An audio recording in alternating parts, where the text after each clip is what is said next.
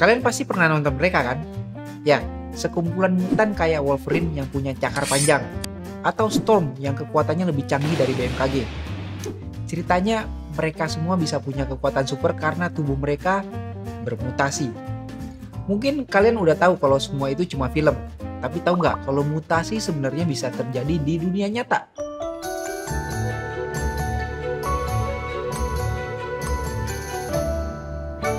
Oke, jadi kalau di ilmu biologi, mutasi itu adalah suatu perubahan yang terjadi pada bahan genetik di tingkat gen maupun kromosom.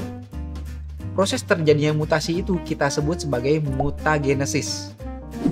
Penyebab mutasi ini, atau yang disebut mutagen, bisa dibagi jadi mutagen alami dan mutagen buatan. Kalau yang alami ini, contohnya ya sinar ultraviolet yang menjadi penyebab kanker. Sedangkan kalau mutagen buatan ini, contohnya insektisida DDT, yang jika masuk ke tubuh bisa memengaruhi susunan DNA. Asal mula manusia bisa ngerti tentang mutasi itu dimulai dari ratusan tahun yang lalu. Waktu itu ada ilmuwan yang menemukan seekor domba yang kakinya lebih pendek dari domba lainnya. Ternyata, anak-anak dari domba itu juga punya kelainan yang sama.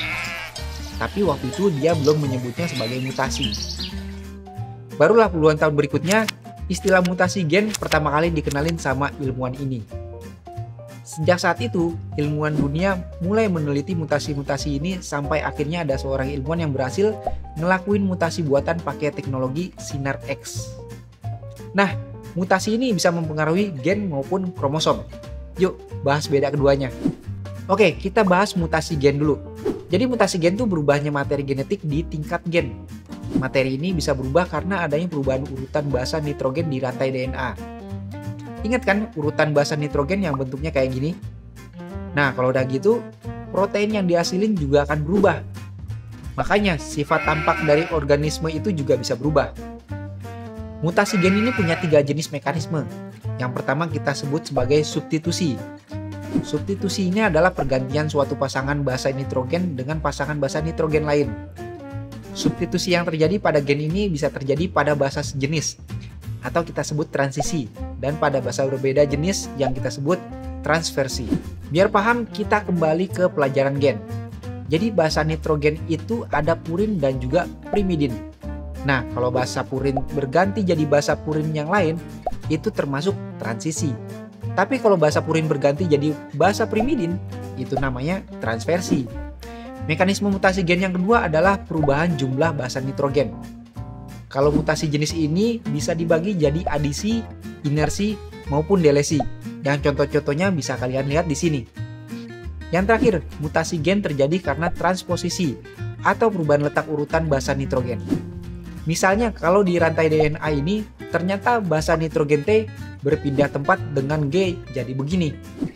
Ngomong-ngomong tentang mutasi gen, ada satu fakta menarik. Puluhan ribu tahun yang lalu, nenek moyang bangsa Tiongkok ternyata mempunyai kulit yang berwarna gelap. Tapi terjadi mutasi yang akhirnya membuat warna kulit mereka menjadi lebih terang. Oke, itu tadi mutasi gen. Terus gimana kalau mutasi kromosom? Ya, sesuai namanya, mutasi ini terjadi pada kromosom. Nah, mutasi ini dibedain jadi 2. Yang pertama adalah mutasi yang terjadi karena perubahan struktur kromosom. Berubahnya struktur kromosom ini bisa terjadi karena delesi, duplikasi, inversi, dan translokasi. Oke, kita singgung dikit aja. Delesi adalah hilangnya sebagian segmen kromosom. Sedangkan duplikasi adalah kebalikannya, penggandaan segmen kromosom yang sudah ada. Kalau inversi, bisa dibilang ruas struktur kromosomnya ada yang berputar terbalik. Terus yang terakhir, translokasi yang terjadi saat ada segmen kromosom yang lepas ke kromosom lain yang enggak homolog. Lepasnya segmen ini bisa menyebabkan pertukaran, bisa juga enggak. Oke, mutasi kromosom yang kedua terjadi karena ada yang perubahan jumlah kromosom. Kalau mutasi jenis ini dibagi jadi aneuploidi dan euploidi. Aneuploidi adalah penambahan atau pengurangan satu atau beberapa kromosom pada suatu himpunan kromosom. Peristiwa ini terjadi karena waktu pembelahan meiosis yang harusnya kayak gini, malah jadi gini karena kromosom gagal berpisah.